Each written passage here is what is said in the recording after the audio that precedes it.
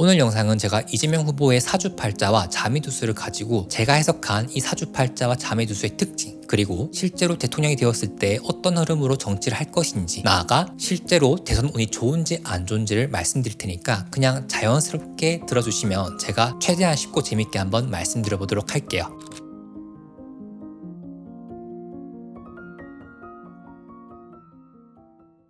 안녕하세요, 반갑습니다. 도하도루입니다. 제가 웬만하면 정치 콘텐츠를 안 찍으려고 했는데요, 지난 12월에 제가 3년 전에 만들었던 윤석열 대통령 사주팔자 풀이 영상이 알고리즘을 받고 그 후속편으로 만들었던 25년 구군 영상에서 윤석열 대통령 탄핵 날짜를 사주와 자미두수로 보면서 많은 분들이 이재명, 김문수, 이준석 이 세 후에 대해서 궁금해 하시더라고요. 그래서 오늘은 제가 사주팔자와 자미두수만으로 본 각각 대선 후보들 사주팔자의 특징과 실제로 그들이 집권하게 되면은 어떤 정치를 하게 될지에 대해서 제가 보이는 대로만 한번 말씀드려볼까 합니다. 오늘 콘텐츠는 저의 정치적 견해와 사견 같은 것들을 다 빼고 사주와 자미두수만으로 본 풀이를 제가 한번 말씀드릴까 하고요. 첫 번째 시간은 지지율 1위에 빛나는 이재명 후보에 대해서 한번 말씀드려볼게요. 첫 번째로 이재명 대표의 사주팔자를 한번 먼저 보겠습니다. 이재명 후보는 본인의 생년월일이 확실하지 않다고 이야기를 해서 많은 분들이 이재명 대표의 사주팔자가 정확하지 않다라고 하지만, 사실 가장 유력한 사주팔자를 보면 또 어느 정도 이재명 후보가 살아온 궤적과 맞기도 합니다. 그리고 사주만으로 보면 확실히 알 수 없지만 자미두수라는 동양 별자리가 있는데, 자미두수는 점성술 베이스거든요. 이렇게 두 가지 역학을 가지고 이재명 대표의 궤적을 쭉 가다 보면 어느 정도의 생시를 유추할 수 있습니다. 그래서 오늘 콘텐츠는 제가 유추한 사주팔자 그리고 자미두수 명반으로 말씀을 드려볼게요. 오늘 영상 보시고 내 사주팔자가 궁금하다, 내가 한번 직접 보고 싶다, 또는 나머지 후보들의 사주팔자도 궁금하다 하시는 분들은 구독과 알람 설정해 주시면 제가 다음 영상으로 빨리 찾아뵙겠습니다. 자, 여기 사주팔자가 있는데요, 제가 추론한 이재명 후보의 사주팔자는 다음과 같습니다. 사주팔자는 오른쪽에서 왼쪽으로 읽기 때문에 오른쪽부터 말씀드리면 계묘, 갑자, 을류라고 하는데요, 세로로 보면 총 4가지 기둥이 있습니다. 여기에서 가장 먼저 봐야 할 것은 바로 왼쪽에서 두 번째에 해당하는 을류라는 기둥입니다. 이 기둥을 사주팔자에서는 일주라고 하는데, 여러분들이 흔히 알고 있는 내가 어떤 띠니까 어떤 삶을 산다, 예를 들어 내가 백마띠니까 인생이 힘들다, 또는 내가 개띠니까 말띠랑 잘 맞다처럼 여러분들이 흔히 나라고 생각하는 동물의 실제 동물입니다. 다시 말해서 여러분들의 사주팔자를 보실 때는 띠가 아니라 일주에 해당하는 동물을 보셔야 된다는 거예요. 이재명 대표 같은 경우에는 토끼띠지만 실제로는 을류라고 해서 이 밑에 유라는 글자가 닭을 의미합니다. 그리고 이 흰색은 목화토금수, 즉 나무, 불, 땅, 쇠, 물 중에서 쇠에 해당하는 날카로운 금에 해당한다라 볼 수도 있습니다. 바로 위에 글자를 보시면 을이라고 읽는데, 을은 초록색이죠. 이 초록색은 사주팔자에서 목입니다. 그리고 이 두 가지 글자를 합치면 초록색 닭 또는 푸른색 닭이라고 보일 수 있는데, 이 푸른색 닭만이 가지고 있는 특징이 있습니다. 을목의 특징과 유금의 특징을 같이 가지고 있으면서 동시에 을류 일주만이 가지고 있는 특징이 있다라 볼 수도 있는 거예요. 여러분들의 이해를 돕기 위해서 제가 을류 일주의 장단점 3가지로 한번 정리를 해봤습니다. 첫 번째는 강인한 생존력과 추진력, 두 번째는 꼼꼼함과 세심함, 세 번째 장점은 신뢰감과 책임감이라 볼 수도 있고요. 대표적인 단점 3가지는 감정 표현의 부족과 내성적 성향, 나의 고통이나 이런 것들을 남들에게 잘 말하지 않는다, 혼자 끙끙 앓는다라 볼 수 있겠죠. 두 번째 단점은 지나친 신중함과 고집스러움, 도저히 내가 양보하지 못하는, 타협할 수 없는 부분이 있다라 볼 수도 있고요. 마지막 세 번째 단점은 예민함과 스트레스 그리고 완벽주의입니다. 방금 말씀드린 장단점 중에서 저는 이 사주팔자의 구도를 봤을 때 가장 유효하다라고 보이는 것은 장점 1번과 단점 3번이라는 생각이 들었어요. 그 이유를 이제 말씀드릴 건데, 사주팔자를 볼 때는 내 사주팔자의 일주를 찾고 그 일주의 특징을 보는 것도 중요하지만 그에 못지않게 중요한 건 사주팔자에 어떤 색깔이 있느냐를 보시는 것이 중요합니다. 어떤 사람들의 사주팔자는 목화토금수 이 5가지 색깔이 골고루 있는 사주도 있고, 어떤 사주팔자는 특정한 색깔이 아예 없어서 특정한 오행에 몰려있는 사주 구성도 있습니다. 자, 그러면 이 사주팔자에서 없는 기운은 화와 토라고 해서 불과 땅이 없습니다. 이게 왜 중요하냐면, 이렇게 몰려있는 사주팔자의 구성이 운의 영향을 많이 받는다라 볼 수도 있어요. 다시 말해, 내 사주팔자에 좋은 운이 들어올 때는 남들보다 더 크게 성공하기도 하고, 나쁜 운이 들어올 때는 남들보다 더 힘든 시기를 겪는다라 볼 수도 있습니다. 제가 여러분들께 아까 말씀드렸던 운이라는 개념이 있죠. 다시 말해서 이재명 대표가 사주에 없는 화라는 글자와 토라는 글자가 들어올 때에 높은 확률로 이 사주팔자의 전성기 또는 좋은 시기, 인생의 화양연화가 펼쳐질 가능성이 가능성이 크다라 볼 수도 있습니다. 우선 사주팔자에 화가 없는 사람들의 특징을 먼저 말씀드리면, 첫 번째, 화라는 것은 세상의 기준, 다시 말해서 사회적인 기준을 의미하기도 합니다. 사주팔자에 화가 많은 사람들은 나의 말과 행동이 타인들에게 어떻게 비칠지를 굉장히 신경을 쓴다라 볼 수도 있습니다. 그래서 사주팔자에 화가 많은 사람들이 보통 예의가 있다, 매너가 있다, 또는 선을 잘 지킨다, 그만큼 본인의 말과 행동에 대해서 신경을 많이 쓴다라 볼 수도 있고요. 또 사주팔자에 화라는 것은 흔히 우리가 사회적으로 몇 살 때는 결혼하고, 몇 살 때는 취업을 하고, 몇 살 때는 대학에 가고, 이런 것처럼 나이값을 한다라는 그 기준들이 있죠. 그러한 것들을 얼마나 잘 지키느냐, 또한 그런 것들 기준으로 스스로가 평가하느냐, 이런 작용을 하기 때문에 사주팔자에 화가 많은 사람들은 사회적인 나의 위치, 나는 어떻게 내 밥값을 할까, 나의 역할을 할까, 이런 기준들이 높은 사주라 볼 수 있습니다. 다시 말해서 화가 없는 사주팔자는 제가 앞서 말씀드렸던 이러한 특징, 사회의 시선이나 사회가 나에게 요구할 만한 것들에 대해서 크게 신경 쓰지 않는다라 볼 수 있겠죠. 두 번째로 사주팔자의 토의 의미는 원래 수용입니다. 조금 더 자세히 말씀드리면 외부 변화에 대해서 또는 환경에 대해서 내가 적응하고 받아들이는 능력을 뜻하는데, 그래서 사주팔자의 토가 많은 사람들은 사람 자체에서 느껴지는 후덕함이 있어요. 산전수전 다 겪어가지고 인생이 내 뜻대로 되는 것이 없더라 하면서 익은 벼처럼 고개를 숙이는 그런 느낌인데, 사주팔자의 토가 없는 사람들은 이런 외부의 환경이나 본인의 실패나 본인에게 닥쳐왔던 고난, 역경, 이런 것들에 대해서 수용하는 것이 아니라 오히려 그것들을 해결하기 위해서 적극적으로 또 진취적으로 노력하려는 사람이 많다. 정리하면 어떻게든 내가 원하는 방향과 그림으로 판을 짜려고 하는 경향성이 강하다라 볼 수도 있습니다. 이게 이재명 후보의 사주팔자를 그림으로 제가 한번 비유해봤는데, 을이라는 글자는 사실 예쁜 화초 또는 덩굴이라고 해서 생명력이 굉장히 강한 식물을 뜻해요. 식물이 자라기 위해서 가장 먼저 필요한 것은 사실 햇볕입니다. 그 다음이 물이기도 하고요. 그 다음에 이 식물이 단단하게 뿌리를 내릴 수 있는 땅이 필요하죠. 근데 사주팔자를 봤을 때 이재명 후보의 사주에는 아마 화와 토라는 기운이 없을 것으로 추정이 됩니다. 그러면 을목이라는 글자의 특징 중 하나, 즉 강한 생존력, 내가 살기 위해서 노력하는, 그래서 끝까지 살아남는 사주팔자의 특징을 가지고 있는 끈질긴 생명력이 이 사주 구성으로 봤을 때 더욱 극대화될 수밖에 없다라 볼 수도 있는 거예요. 같은 을목이라는 글자로 태어났다 하더라도 사주팔자에 화와 토라는 글자가 있는 사람들은 안정적으로 본인 능력을 키워나가면서 인생의 흐름을 주도해 나가는 흐름이 있는데, 그림을 보시면 아시겠지만 굉장히 추운 겨울에 심지어 이 식물이 뿌리 내린 곳이 비옥한 땅이 아니라 차가운 바위, 날카로운 금들이 옆에 깔려있다라고 볼 수 있다면, 이 식물의 입장에서는 제대로 성장할 수 있는 환경이 아니라 본인의 생존이 가장 중요한 처지라 볼 수도 있겠죠. 그래서 이 사주를 장점에 기인해서 보자면, 어려운 상황들이 도처에 널려있지만 그 과정들을 다 이겨내서 끝내 살아남는, 그래서 인생의 구력이 굉장히 단단한 사주라 볼 수도 있지만, 나쁜 말로 얘기를 하면 살기 위해서 어떤 수단과 방법을 가리지 않는 사주라 볼 수도 있는 겁니다. 특히 이 사주팔자는 욕구라는 키워드가 강하게 보이는데, 그 이유는 사주팔자의 아랫줄을 보시면 알 수 있어요. 사주팔자 아랫줄은 지지라고 합니다. 지지는 여러분들의 성격과 특징을 가장 잘 나타내는 글자이기도 한데요. 이 지지는 여러분들이 이미 알고 있는 12지신, 즉 자축인묘 진사오미 신유술해라고 해서 쥐부터 돼지까지 해당하는 동물들로 구성되어 있는데, 이재명 후보의 사주팔자의 지지가 굉장히 특이합니다. 바로 이 글자가 유금, 자수, 묘목이라 해서 닭, 쥐, 토끼거든요. 근데 이 세 가지 글자는 사주팔자에서 얘기하는 도화살, 왕지라고도 합니다. 근데 대부분의 사주팔자 같은 경우에는 도화살이 아예 없는 사주도 있고, 또는 있어도 한 개, 두 개 정도가 있는데, 이 사주팔자는 굉장히 도화살이 많다 또는 강하다라 볼 수도 있는 거예요. 그러면 여기서 많은 분들이 질문할 수 있는 게, 도화도로님, 사주팔자에 도화살이 많으면 좋은 거 아닌가요? 인기도 많고 많은 사람들에게 주목을 받으니까 전 되게 좋아 보이는데요? 라고 할 수 있는데, 사실 도화살은 다다익선이 아니라 적당하게 예쁘게 자리 잡혀 있는 것이 중요합니다. 대표적으로는 자오묘라는 글자가 한 칸 한 칸씩 떨어져 있거나, 또는 같은 글자가 붙어 있거나, 같은 글자가 한 칸 한 칸씩 떨어져 있거나 하는 경우가 굉장히 좋다라 볼 수 있는데, 이 사주팔자는 이미 유, 자, 묘라는 글자가 나란히 붙어 있죠. 이렇게 도화라는 글자가 나란히 붙어 있으면 여러분들이 흔히 생각하는 도화살의 장점인 이성에게 인기도 많고 사람들이 나를 좋아해주는 그런 장점이 아니라, 타인의 눈총 또는 내가 구설 시비가 강하다라 볼 수도 있고, 심한 경우에는 내가 남들로부터 시기나 질투를 받거나 내 말과 행동이 억울하게 호도되는 경우가 많다. 그래서 결과적으로 주변에 적이 많다라 볼 수도 있습니다. 그렇지만 정치인은 어떻게든 대중들로부터 눈길을 봐야 되기 때문에, 직업적으로 봤을 때는 오히려 도화가 많은 것이, 노이즈는 많을 수 있지만 본인의 정치적인 입지라던가 또는 맷집을 키울 수 있는데 도움이 된다라 볼 수도 있겠죠. 특히 이재명 후보의 사주팔자의 도화살을 분석해보면은, 유금과 자수라는 글자가 바로 양옆에 있을 때, 또 묘목과 자수라는 글자가 바로 양옆에 있을 때에는 각각 발현되는 도화살의 단점이 다른데, 유금과 자수는 귀문관살이라 해서 굉장히 예민한 성격, 본인의 고집이 엄청 강하고 스트레스 매우 취약한 사람이라 볼 수도 있고요. 묘목과 자소가 옆에 있으면은 자묘형살이라고 해서 물의 지형이라고 합니다. 즉 다시 말해서 남들이 봤을 때 저 사람은 은혜를 모른다, 이기적이다, 본인 것만 챙기는 사람이라는 이미지가 더 씌워질 수 있습니다. 특히 정치라는 필드가 각종 비방 같은 것들이 많기 때문에 이런 사주팔자의 경우에는 정치판에 왔을 때 사실 노이즈가 없을 수 없는 사주. 아마 일반인이었으면은 사람 때문에 상처도 많이 받고 주변에서 왜 이리 시기 질투를 많이 하나처럼 약간 회의적인 인간관계를 가져갈 수도 있습니다. 제가 도화살에 대해서는 이 영상에서 정말 자세히 말씀을 드렸으니까 사주팔자에 자오묘라는 글자가 하나라도 있는 분들 또는 도화살이 있다는 얘기를 들어보신 분들은 이 영상 한번 봐주시면 좋을 것 같고 제가 링크 고정 댓글에 남겨두겠습니다. 동시에 사주팔자에 이렇게 도화살이 많은 사주팔자는 욕구라는 키워드가 굉장히 강합니다. 근데 앞서 말씀드렸던 것처럼 이재명 대표 사주팔자의 특징과 구성을 봤을 때 예쁘게 태어난 꽃이 단단히 뿌리를 내릴 수도 없고 나의 성장에 도움을 줄 수 있는 불이라는 기운도 없기 때문에 저는 개인적으로 이 욕구라는 키워드가 약간 생존과 관련돼 있지 않을까라는 생각이 들었거든요. 제가 지금 말씀드리고 있는 이 욕구라는 키워드가 이재명 후보의 자미두수 명반으로 봤을 때 굉장히 두드러지고 특징적으로 나타납니다. 제가 한번 설명을 드려볼게요. 자미두수는 대만에서 보는 점성술이라고 하는데 여기 보시면 12가지 칸이 있는데 이것을 12궁이라고 하고 이 12궁은 각각 내 배우자가 어떤지, 나란 사람은 어떤 사람인지, 나의 돈은 어떤지, 나의 집은 어떤지, 나의 명예는 어떤지, 나의 친구는 어떤지, 사회에서 나를 바라보는 이미지는 어떤지 등등을 구체적으로 보여주는 자리라 볼 수도 있는 거예요. 이 자리에 어떤 별들이 들어가 있느냐가 자미두수를 해석하는 방법입니다. 이재명 후보의 자미두수 명반을 보면 굉장히 거친 부분이 많습니다. 명궁이라는 자리에 파군함, 록이라는 글자가 붙어 있고 지공함이라는 글자가 있고 옆에 자그마한 글씨로 망신, 복병, 병부라는 글자가 있습니다. 명궁이라는 것은 이 명반의 주인의 가장 중심이 되는 본질이라 볼 수 있고 이 명궁에 있는 별을 보통 주성이라고 합니다. 이 명궁에 있는 주요한 별, 즉 메인이 되는 별이 이재명 후보를 가장 잘 표현하는 특징적인 별이 된다 볼 수 있거든요. 사주팔자로는 푸른색 닭이었으면 자미두수 명반으로 봤을 때는 파군함이라고 합니다. 이 파군이란 별은 큰 파도를 의미합니다. 파도는 모든 것을 쓸어가는 특징이 있죠. 그래서 이 파군이라는 것은 기본적으로 기존에 있는 것들, 질서, 규칙, 규율, 관습 같은 것들을 개혁하고 바꾸고 고치려고 하는 성향으로 가득하다라 볼 수 있기 때문에 굳이 따지면 여당과 야당 중에서는 야당에 조금 더 속한다라 볼 수도 있습니다. 근데 옆에 있는 함이라는 건 뭐냐? 자미두수에서는 어떤 별이 있는지도 중요하지만 그 별의 밝기가 중요합니다. 이걸 보통 묘왕리 평한함이라고 하는데 묘일수록 밝기가 밝고 함할수록 밝기가 어둡다라 볼 수 있는 거예요. 아쉽게도 이 명반에서는 파군함이라고 해서 기본적으로 이 파군이 가지고 있는 좋은 의미인 개혁과 좋은 방향으로의 발전, 새로운 판을 짜는 그림이 약간 부정적으로 발현될 수 있습니다. 그런데 여기서 봐야 될 것이 파군함 밑에 록이라는 글자가 있어요. 이 록이라는 것은 약한 별빛을 강하게 밝혀준다는 의미가 있기 때문에 파군함이라고 하면 파군이 가지고 있는 특징이 부정적으로 발현된다 해서 그래도 조금 덜 해준다, 조금 더 파군의 좋은 의미를 강화한다는 의미도 있습니다. 그렇지만 파군묘